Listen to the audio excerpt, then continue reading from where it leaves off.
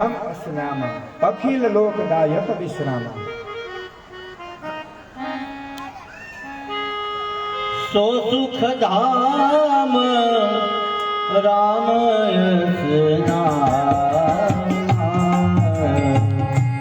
अखिल लोक दायक विश्राम।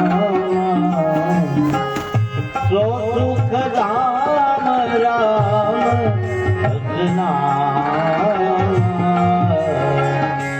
अखिल लोक दायक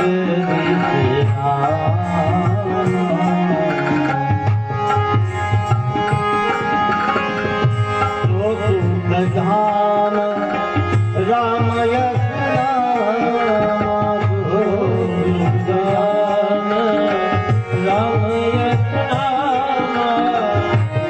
अखिल लोक दायक विश्राम। अखिल लोक दायक विश्राम।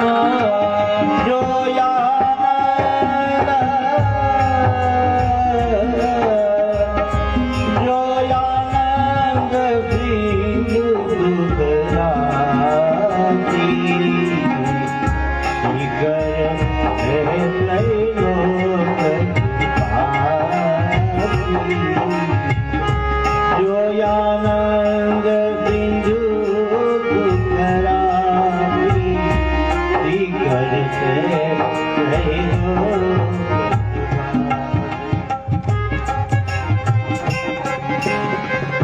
वशिष्ठे कह્યું હે મહારાજ દશરથ, આજે કૌશલ્યાનો પુત્ર છે ને એ આખા જગતને આરામ આપશે, એના નામનું સ્મરણ કરતાની સાથે આખા જગતને વિશ્રામ મળશે, એટલા માટે એ બાળકનું નામ હું રામ એવું નામ રાખું।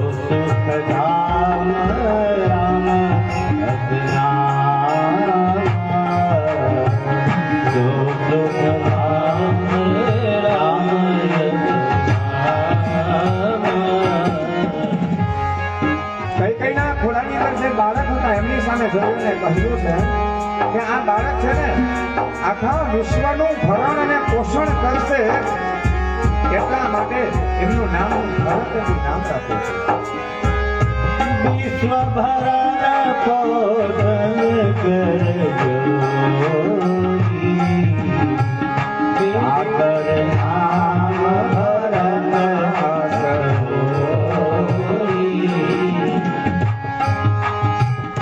विश्व भरण पोषण करजो सागर नाम भरत આખા વિશ્વનું ભરણ અને પોષણ કરશે, એટલા માટે એનું નામ ભરત।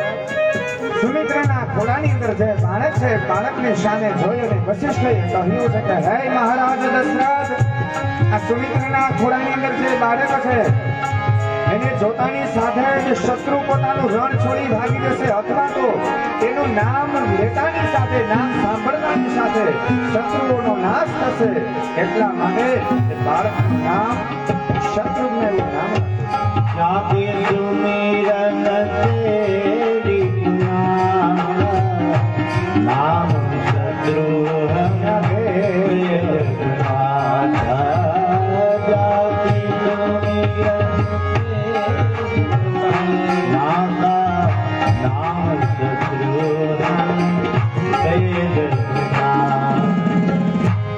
સુમિત્રાના ખોળાની અંદર બીજા બાળકની સામે જોઈ અને વશિષ્ઠ મહારાજે કહ્યું છે કે હે મહારાજ દશરથ, આ બધા બાળકોના નામ મેં રાખ્યા, પણ આ બાળક છે ને એનું લક્ષ્ય, એનું મન હંમેશને માટે ભગવાન શ્રી રામનું ચરણ હશે, મોટા ભાઈના ચરણે હશે, એનું લક્ષ્ય, એનું મન એ હંમેશને માટે રામનું ચરણ, એટલા માટે એનું નામ હું લક્ષ્મણ એવું નામ રાખું છું।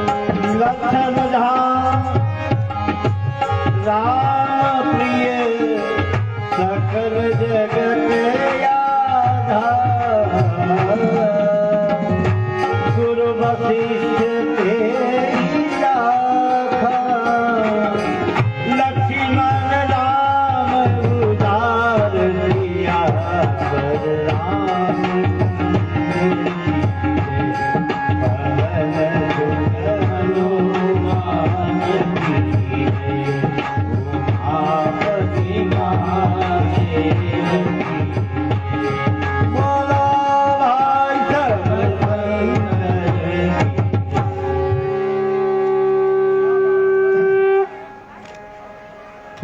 પણ સંસ્કાર કર્યા છે. રામ, લક્ષ્મણ, ભરત અને શત્રુઘ્ન એવા નામ રાખ્યા છે. અને મહારાજ દશરથ એમનું મન એ સતત રામની સાથે જોડાયેલું છે. બસ આખો દિવસ રામ રામ રામ રામ કર્યા કરે. રામ વગર મહારાજ દશરથ એક ક્ષણ પણ પોતે દૂર ન રહી શકે.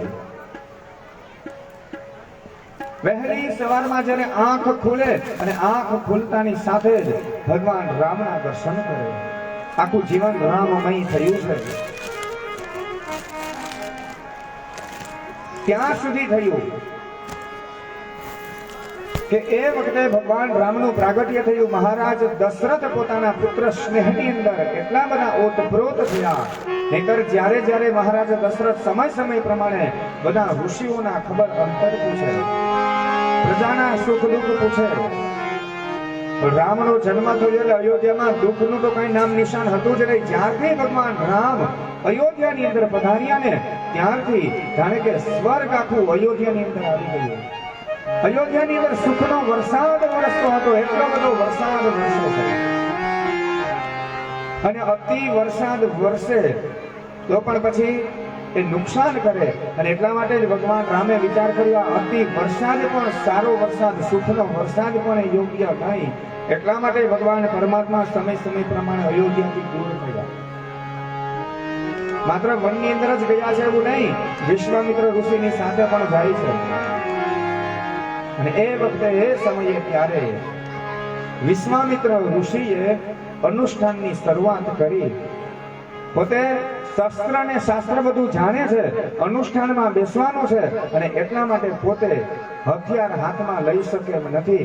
વિચાર કર્યો મારે અનુષ્ઠાન કરવાના છે, યજ્ઞ કરવાના છે, તો આ યજ્ઞ જ્યારે હું કરું છું તો યજ્ઞને મારી ને સુબાહુ ને તારકા ને આ બધા મારા યજ્ઞને અપરાવી દે છે. મારો યજ્ઞ પૂરો નથી થવા દેતા. અને ત્યારે વિશ્વામિત્ર ઋષિ વિચાર કરે છે કે મેં સાંભળ્યું છે કે મહારાજ દશરથને ત્યાં રામ છે પોતે અવતાર લઈને આવ્યા છે, તો હું રામને મારી સાથે તેડી આવું, જેથી કરીને મારા યજ્ઞનું રક્ષણ થશે. અને બીજી વસ્તુ કે મને પણ રામના દર્શન થઈ જશે. અને એટલા માટે વિશ્વામિત્ર ઋષિ આજે પોતે આવે છે ભગવાન રામને તેડવા માટે. વિશ્વામિત્ર ઋષિ આવ્યા છે, અયોધ્યાની અંદર આવ્યા. મહારાજ દશરથને સમાચાર મળ્યા કે વિશ્વામિત્ર ઋષિ આવ્યા છે. ત્યારે દશરથે વિચાર કર્યો કે ઘણા સમયથી મેં વિશ્વામિત્ર ઋષિના ખબર અંતર પૂછ્યા નથી. મહારાજ દશરથ પોતાના આસન પરથી ઉભા થઈ દોડી વિશ્વામિત્ર ઋષિની સામે ગયા, એમનું સ્વાગત કર્યું છે. વિશ્વામિત્ર ઋષિને દિવ્ય આસન આપ્યા, ચરણો થયા અને કહ્યું બાપજી આપે અચાનક આવવાની શું કામે તકલીફ કરી?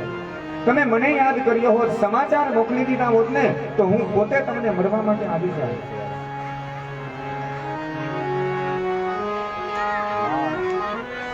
વિશ્વામિત્ર ઋષિ મહારાજ દશરથને મળે છે. ઘણા સમય સુધી મહારાજ દશરથને ત્યાં વિશ્વામિત્ર ઋષિ રોકાયા છે. અને એક વખત પછી વિશ્વામિત્ર ઋષિ મહારાજ દશરથને કહે છે કે હે મહારાજ દશરથ, મારું આવવાનું બીજું કોઈ કારણ નહીં. સમાચાર સાંભળ્યા તમારે ત્યાં પુત્રનો જન્મ થયો છે. તમારા પુત્ર છે ખૂબ જ પરાક્રમી છે. અને મેં અનુષ્ઠાન શરૂ કર્યું છે, યજ્ઞનું આયોજન કર્યું છે. અને આ યજ્ઞની રક્ષા કરવા માટે હું તમારા પુત્રને મારી સાથે લઈ જવા માટે આવ્યો છું.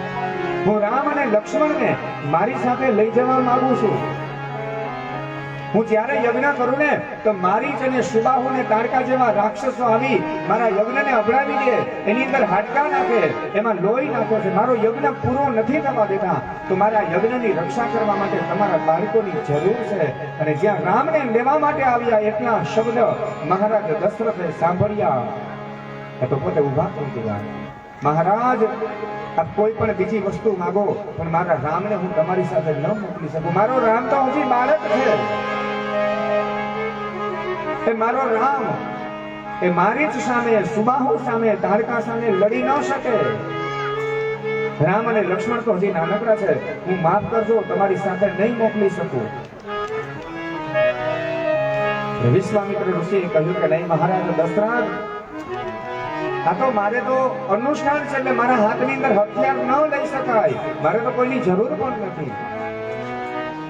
રામ અને લક્ષ્મણને મોકલને ચોક્કસ મને વિશ્વાસ છે મારા યજ્ઞનું રક્ષણ થશે.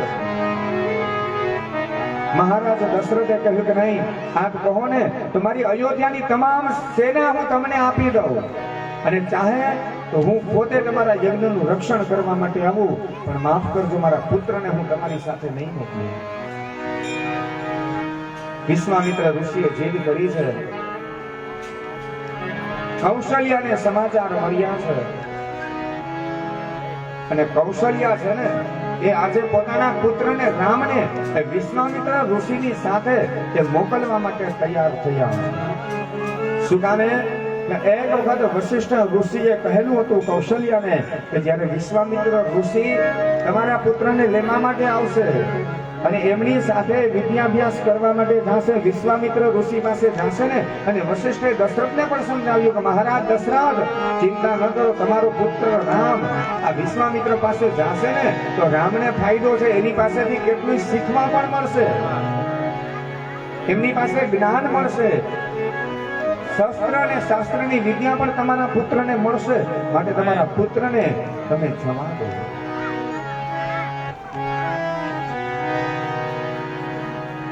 ધર્મ અને સ્નેહ જ્યારે બંને ભેગા થઈને સામસામે આવીને જ્યારે ઊભા રહી જાય, શાસ્ત્રનો નિયમ છે ધર્મનું રક્ષણ કરવું જોઈએ અને સ્નેહનું બલિદાન માણસે આપવું જોઈએ.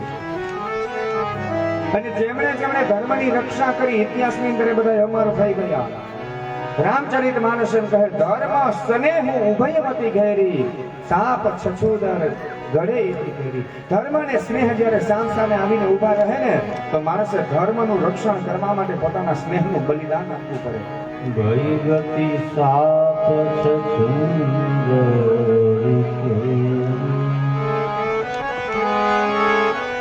બની ગયેલી ઘટના ઇતિહાસની અંદર સોમનાથ મહાદેવ જેમણે દર્શન કરેલા હશે ને, સમુદ્રના કિનારે સોમનાથ મહાદેવના તમે દર્શન કરવા માટે જાઓ તો એમાં પહેલા એમના પટાંગણની અંદર પહેલા જે દર્શન થાય છે હમીરસિંહ ગોહિલના. એ હમીરજી ગોહિલ એમણે પોતે સોમનાથ દાદાની રક્ષા કરવા માટે પોતે પોતાના પ્રાણનું બલિદાન આપી દીધું. અને ત્યારે ભગવાન ફોડિયો ના થઈ કે જીવને પોતાની આગળ રાખે. મહાદેવના દર્શન કરવા જાવ ને તો પેલા હમીરજી ગોહિલની ખાંભીના દર્શન થાય અને પછી સોમનાથ દાદાના દર્શન થાય. વિચાર કરો,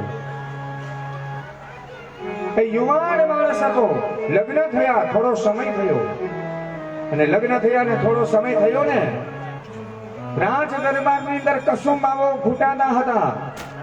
અને જ્યારે બે સિપાહી આવી રાણી વાસની અંદર એ હમીરજી ગોહિલના પત્નીએ એ રાણીમાએ એક રાજકુમારને એક દીકરાને જન્મ આપ્યો અને સિપાહીને સમાચાર આપવા માટે મોકલ્યા, જાઓ હમીરજી ગોહિલને સમાચાર આપો કે એમને ત્યાં દીકરાનો જન્મ થયો, દીકરાનું મોઢું જોવા માટે આવે. અને બે સિપાહી ત્યારે આવે છે રાજ દરબારની અંદર જ્યાં કસુંબાઓ ઘૂંટાય છે ને ત્યાં આવીને સિપાહી વધામણીના સમાચાર આપવા માટે જાય કે જય માતાજી બાપુ. હમીરજી ગોહિલ ઉભા થયા, જય માતાજી. અને પેલા સિપાહીઓએ વધામણીના સમાચાર આપ્યા, રાણીવાસની અંદર મારા રાણી માતાએ દીકરાને જન્મ આપ્યો છે, તમારે ત્યાં રાજકુમારનો જન્મ થયો, દીકરાનું મોઢું જોવા માટે તમને આમંત્રણ મળ્યું છે, જાઓ. એ બાપને કેટલો બધો હરખ હશે, વિચાર કરો કે આજે દીકરાનો જન્મ થયો. અને પોતાના આસન ઉપરથી ઉભા થઈ અને જ્યાં રાણી વાસ તરફથી ચાલતા થાય ને ત્યાં તો બીજા બે ઘોડે સવાર આવીને કહ્યું કે જય સોમનાથ. હમીરજી ગોહિલે કહ્યું કે જય સોમનાથ. અને ત્યારે પેલા બે સૈનિકોએ આવીને ઘોડે સવાર આવ્યા ને એને સમાચાર દીધા. હમીરજી ગોહિલને કહ્યું, આપણો બાપ સોમનાથ મહાદેવ ખતરામાં છે, ઔરંગઝેબે ચડાઈ કરી છે. અને એ જ સમયે દીકરાનું મોઢું જોવા માટે જતા હતા. સ્નેહના સમાચાર હતા, પણ છતાંય તે ધર્મનું રક્ષણ કરવા માટે એ જ સમયે કમરમાં ભેટ વાળી સાફો બાંધી લીધો, તલવાર લઈ લીધી હાથની અંદર, અને પેલા વધામણીના સમાચાર લઈ અને જે બે સૈનિકો આવેલા હતા ને એને કીધું કે જાઓ રાણીવાસની અંદર જઈને સમાચાર આપો કે હમીરજી ગોહિલ ચોક્કસ એના દીકરાનું મોઢું જોવા માટે આવશે, પણ જો જીવતો રહેશે તો. અને કદાચ સોમનાથ મહાદેવની રક્ષા કરવામાં કદાચ જો હું શહીદ થઈ જાઉં ને તો મારી બીજી કોઈ ઈચ્છા નહીં, મારી કોઈ તમન્ના નથી, પણ જે દીકરાનો જન્મ થયો દીકરો જ્યારે વર્ષ દિવસનો થાય ને, જ્યાં મારી ખાંભી પડે ને ત્યાં આવીને એના હાથે સિંદૂર લગાવી દેજો એટલે મને સદગતિ મળી જાય. અને હમીરજી ગોહિલ દીકરાનું મોઢું જોયા વગર સોમનાથ મહાદેવની રક્ષા કરવા માટે નીકળી પડ્યા.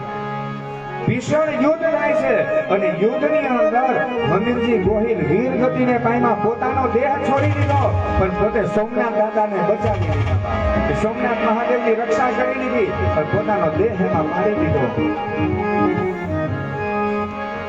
કહેવાનું તાત્પર્ય છે કે ધર્મ અને સ્નેહ જ્યારે ભેગા થાય ને ત્યારે માણસે સ્નેહનું બલિદાન આપવું પડે અને ધર્મની રક્ષા કરવી પડે. એ ધરતી ગાણે જેના માથા મસણે એવા પાળિયા થઈને પૂજાવું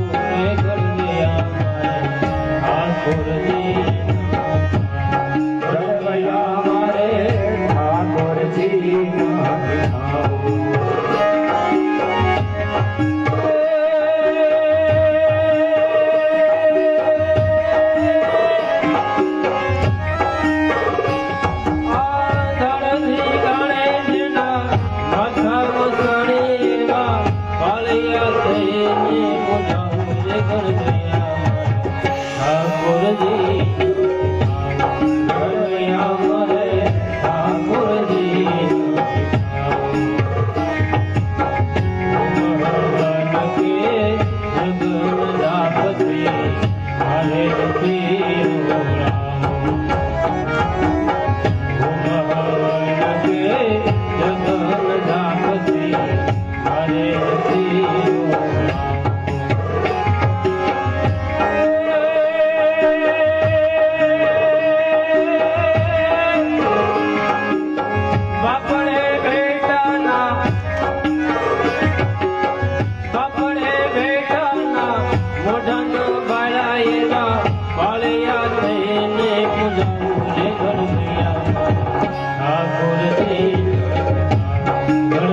મારે ઠાકોરજી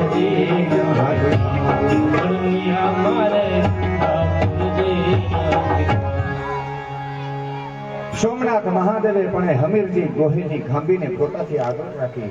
સોમનાથ દાદાના દર્શન કરવા જાવ ને એટલે પહેલા એમના દર્શન થાય ને પછી સોમનાથ મહાદેવના દર્શન. ધર્મનું રક્ષણ જે કરે ભગવાન એને પોતાથી એક ડગલું આગળ રાખે. અને એટલા માટે આજે વશિષ્ઠ ઋષિ સમજાવે છે દશરથને કે મહારાજ દશરથ તમારા પુત્રને મોકલો, એમાં એને પણ જ્ઞાન મળશે, અસ્ત્ર શસ્ત્રની વિદ્યા વિશ્વામિત્ર ઋષિ પાસેથી જાણવા મળશે. અને કૌશલ્યાને તો આનંદ હતો કારણ કે વશિષ્ઠ ઋષિ એક વખત કહેલું કે તમારો પુત્ર જ્યારે વિશ્વામિત્ર ઋષિની સાથે જાશે ને એટલે જાશે એકલો પણ આવશે ને ત્યારે પરણીને આવશે, એટલે વહુને સાથે લઈને આવશે. અને આજે કૌશલ્યાને વશિષ્ઠ ઋષિના શબ્દ યાદ આવ્યા. એટલા માટે કૌશલ્યા તો પોતાના પુત્રને મોકલવા માટે તૈયાર થયા છે. અને ભારે હૃદયે મહારાજ દશરથ છે પોતાના પુત્રને રામ અને લક્ષ્મણને વિશ્વામિત્ર ઋષિની સાથે મોકલે છે. વિશ્વામિત્ર ઋષિને આનંદ થયો, રામ અને લક્ષ્મણને પોતાની સાથે લઈ અને પોતાના આશ્રમ તરફ આગળ આગળ વધવા લાગ્યા. રસ્તાની અંદર આગળ આગળ ચાલે છે. એમાં વિશ્વામિત્ર ઋષિ છે વિચાર કરે કે રામ અને લક્ષ્મણને હું લઈને તો આવ્યો, આ તો મેં તો માત્ર ખાલી સાંભળ્યું છે પણ આ તો બાળકો નાનકડા છે. બોલે મારી જ સુબાહુ તારકા આ બધા અસુરો આવશે તો શું આ ખરેખર એને મારી શકશે? આ એમની સામે લડી શકશે કે નહીં લડી શકે? આ તો બાળકો નાનકડા છે અને જો પેલા રાક્ષસો આ બાળકોને ક્યાંક મારી નાખશે તો હું દશરથને શું મોઢું બતાવીશ? મનની અંદર આવા વિચાર કરે છે વિશ્વામિત્ર ઋષિ. એ જ સમયે ભગવાન રામે લીલા કરી એક ફૂલનો દડો કરી નાનું બાળક જેમ રમતા હોય એમ જ ભગવાન રામ પોતે રમતા રમતા આગળ આગળ ચાલે. અને વિશ્વામિત્ર ઋષિ તો વધારે ચિંતામાં મુકાયા કરે. આ તો કોઈ નાનો બાળક હોય એમ બાળક દડાથી રમે છે, આ શું રાક્ષસોને મારી શકશે? આમ કરતા કરતા આગળ આગળ જાય છે અને એમાં વનની અંદર જ્યારે પ્રવેશ કરે છે કે જે વનની અંદર તાડકા નામની રાક્ષસી રહેતી હતી. અને એ વનની અંદર જ્યારે પ્રવેશ કર્યો, વિશ્વામિત્ર ઋષિએ વિચાર કર્યો કે હજી તો મારું અનુષ્ઠાન ચાલુ નથી થયું, એટલે હું જો કે હથિયાર તો ઉપાડી શકું એમ છું જ, પણ હમણાં જો ઓલી તારીખ આવશે ને એટલે આની પરીક્ષા થઈ જશે. આ સામાન્ય બાળક છે કે આ બ્રહ્મનો અવતાર છે? જો બ્રહ્મનો અવતાર હશે, ભગવાન હશે, તો નક્કી એ તારકાને મારી શકશે. આમ કરીને વનની અંદર જ્યારે પ્રવેશ કર્યો ને ઘોર વનમાં જ્યારે પ્રવેશ કરે છે એ જ સમયે ત્યારે પેલી તારકા નામની જે રાક્ષસી હતી, એ તારકા નામની રાક્ષસી આકાશ માર્ગની અંદર આવવા લાગી. વિશ્વામિત્ર ઋષિ રામ અને લક્ષ્મણને સાવધાન કર્યા, કહ્યું કે બેટા રામ, બેટા લક્ષ્મણ સાવધાન. પેલી તારકા નામની રાક્ષસી એ આવી ગઈ છે. જ્યાં તારકા નામની રાક્ષસી આવી એટલા સમાચાર સાંભળ્યા અને એ જ સમયે ભગવાન રામ અને લક્ષ્મણ તો તૈયાર જ હતા અને પોતાના ધનુષ્યને સજ્જ કર્યા અને ધનુષ્ય પર તીરનું અનુસંધાન કર્યું. જ્યાં ધનુષ્ય પર તીરનું અનુસંધાન કરી અને તારકા નામની રાક્ષસી આવે છે, જ્યાં રાક્ષસી આવે ત્યારે ભગવાન રામે તે તારકાની સામે નજર પણ ન કરી. જમીન ઉપર નીચે નજર છે, તારકાનો પડછાયો ખાલી જમીન ઉપર પડતો હતો અને પડછાયા ઉપર નજર રાખી અને તારકા ઉપર તીરનું અનુસંધાન કર્યું અને એક કહી બાણ પ્રાણ હર નીજ જાન કહી બાણ પ્રાણ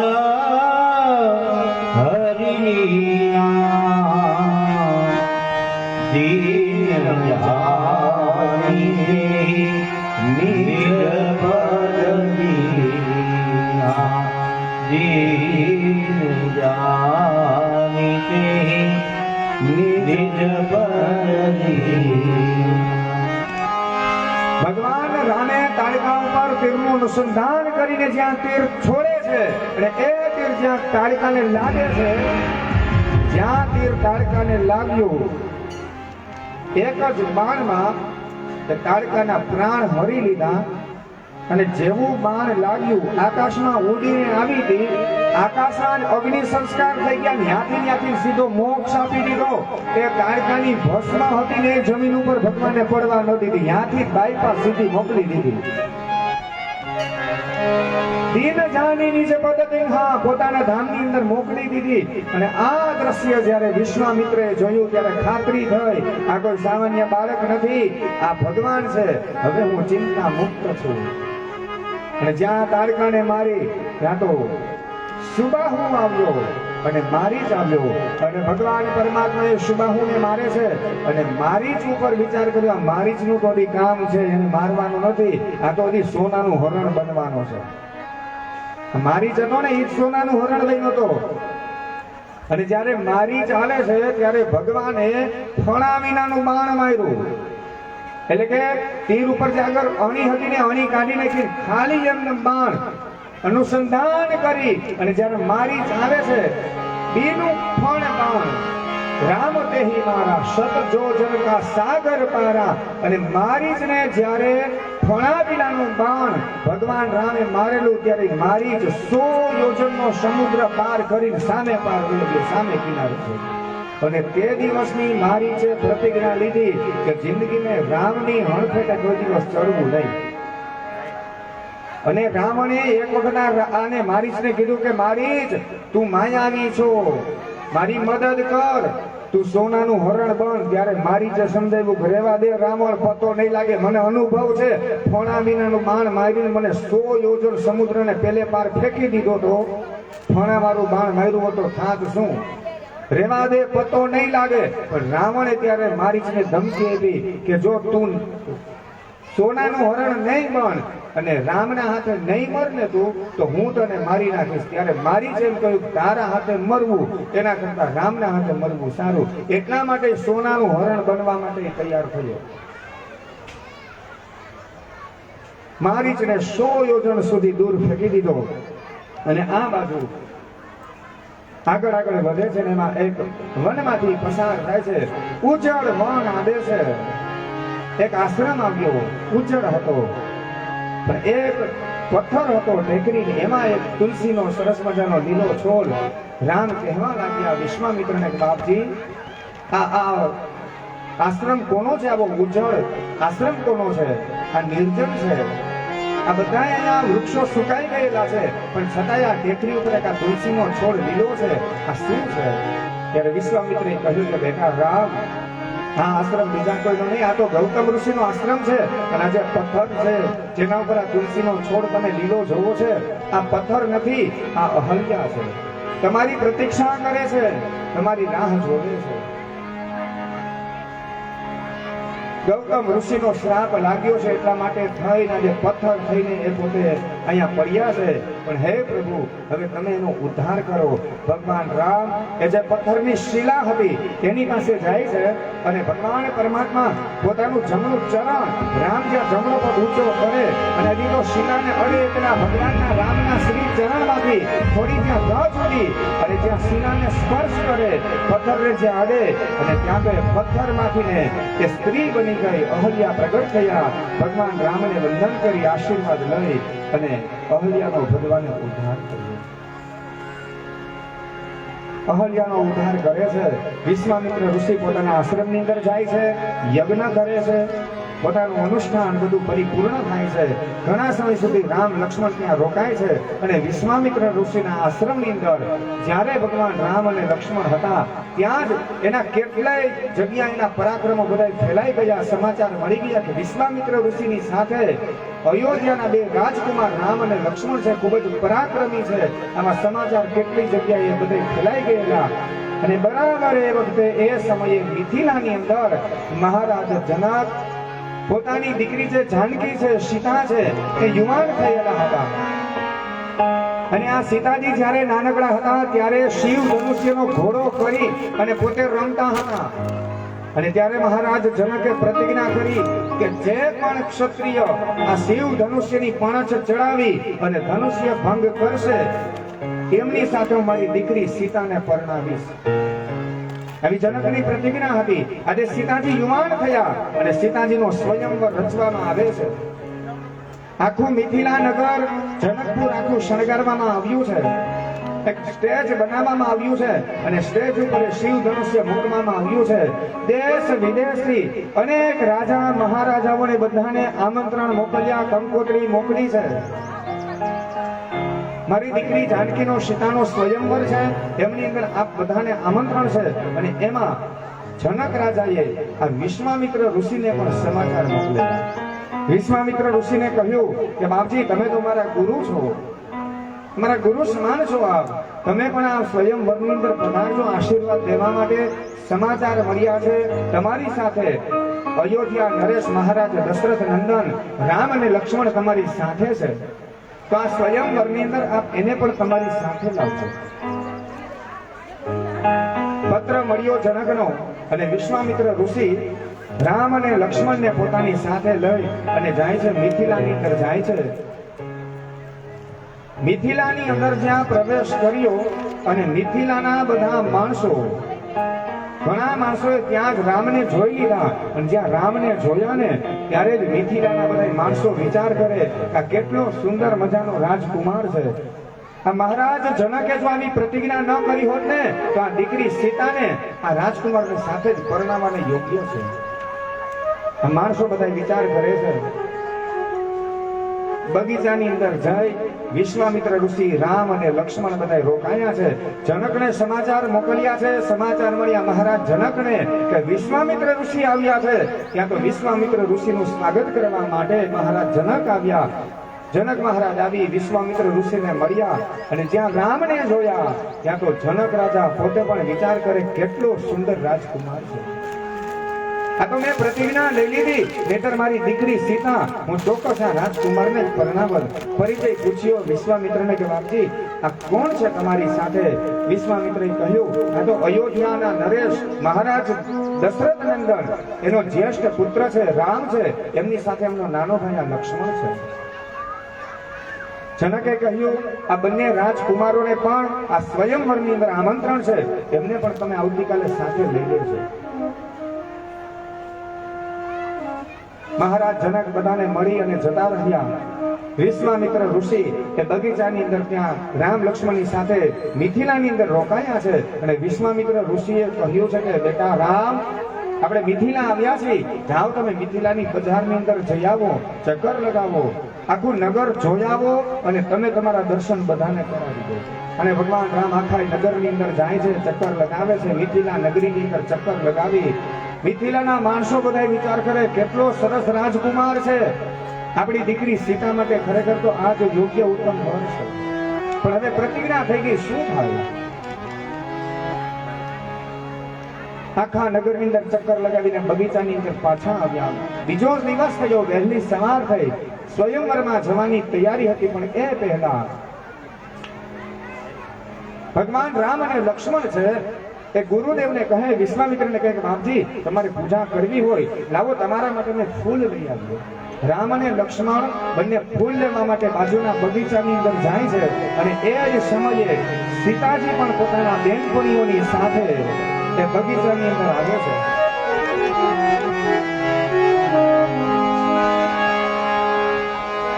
ભગવાન રામ અને લક્ષ્મણ બગીચામાં ફૂલ લેવા માટે ગયા. સીતાજી પણ બેનપણીઓની સાથે આવી છે. અને બધી બેનપણીઓ રાજકુમારને જોયા, ભગવાન રામને જોયા, ત્યાં તો બધી બેનપણી કેવા લાગી સીતાને, કરે સીતા, આજ તો આપણા બગીચાની અંદર દેખતો ખરા કેવો ભમરો આવ્યો છે. જો જો આપણા બગીચામાં કેવો ભમરો છે, જરાક આ બાજુ દ્રષ્ટિ કર, જો ઓલા ફૂલ ઉપર બેઠો છે. આમ કરીને કે ભમરાને બતાવીને ભમરો ત્યાં ઉડતો હતો. ભમરો જે દિશામાં ઉડે એમ કરતા કરતા એ સીતાજીની નજર રામની તરફ કરાવી બધી બેનપણીઓએ. અને આ બાજુ લક્ષ્મણ છે ને મોટા ભાઈ ને એમ કહે, રામને કહે કે મોટા ભાઈ, ગુરુદેવ માટે છે ને ઓલું ફૂલ બહુ સરસ ખીલેલું છે, જો અહીંયા કેવું ફૂલ ખીલું છે. એટલે રામ એ બાજુ જોવે, નહીં નહીં, એના કરતા એક કામ કરો, જો અહીંયા બહુ સારું ફૂલ ખીલેલું છે, આ બગીચામાં અહીંયા સરસ ફૂલ છે. અને આમ રામ છે એટલા મર્યાદા પુરુષોત્તમ છે, આ ઊંચી કરીને કોઈ દી જોવે નહીં. પણ આજે લક્ષ્મણે ભગવાન રામની દ્રષ્ટિ ઊંચી કરાવવા માટે આમ ફૂલના બાને નજર ઊંચી કરાવી. જ્યાં નજર ઊંચી કરે અને રામની નજર સીતા ઉપર પડી, સીતાની નજર રામ ઉપર પડી. અને બે જણાએ જે સામસામે જોયું ને કે તો બંનેની નજર સ્થિર બની ગઈ. નજર સ્થિર બની અને એ જ સમયે લક્ષ્મણ સમજી ગયા કે નક્કી હવે આ સીતાજી મારા ભાભી બનશે, નહીતર મારો ભાઈ ક્યારેય આટલી વારેની નજર સ્થિર બને નહીં. ફૂલ લઈને આવે છે, ગુરુદેવને આપે છે. ગુરુદેવ પૂજા કરી અને આવે છે સ્વયંવરની અંદર. મહારાજ જનકે જ્યારે સીતા માટે જનકના ઘરે આજે સીતાનો માંડવો છે અને એની અંદર અનેક રાજા મહારાજાઓ આવ્યા છે.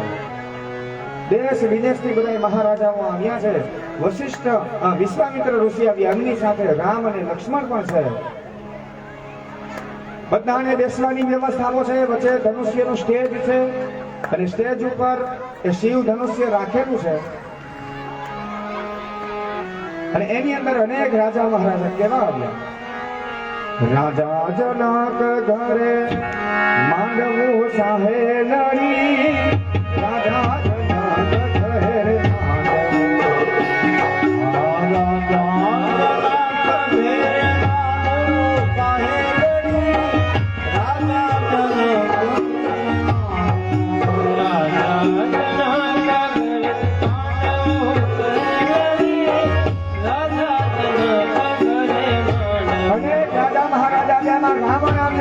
રાવણે કે હમણાં ધનુષ્ય ઉપાડી લાવ, ખૂબ મહેનત કરી, વર્ષે બે રેપ થઈ ગયો, છતાંય રાવણથી ધનુષ્ય ન ઊંચું થયું. સભા છોડીને જતો રહ્યો. અને જનકની ચિંતા બધી વિચાર કરે છે કે હવે આમાં મારે શું કરવું. અને ત્યારે ભગવાને રામને આજ્ઞા આપી. વિશ્વામિત્રે કીધા, રામ હવે તમે ઉભા થાવ. અને રામ ઉભા થયા.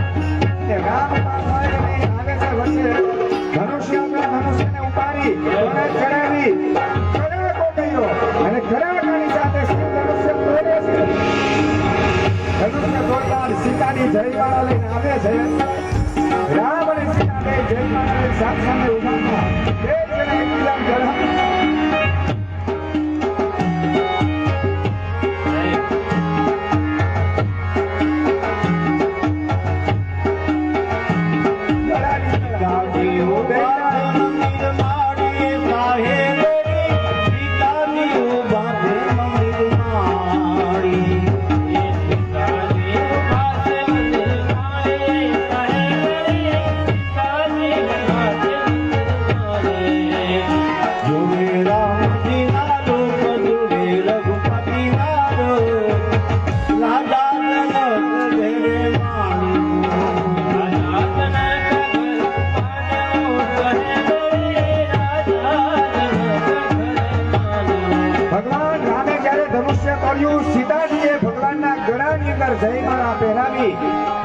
શંખ ધ્વનિ થયો, પુષ્પની વૃષ્ટિ થઈ, દુંદુભીના નાદ થયા અને ભગવાનનો જય જયકાર થયો. બોલીએ રામચંદ્ર ભગવાન. ખાલી 2 મિનિટ માટે બધા નીચે બેસી જાવ. હમણાં જ કનૈયો આવશે, મને ખબર છે. કાનુડાની રાહ જોઈ છે. નીચે બેસી જાવ, તમને બધાની મજા આવશે અને દર્શન થશે વ્યવસ્થિત. બેસી જાવ તો તમને જ મજા આવશે બધાને.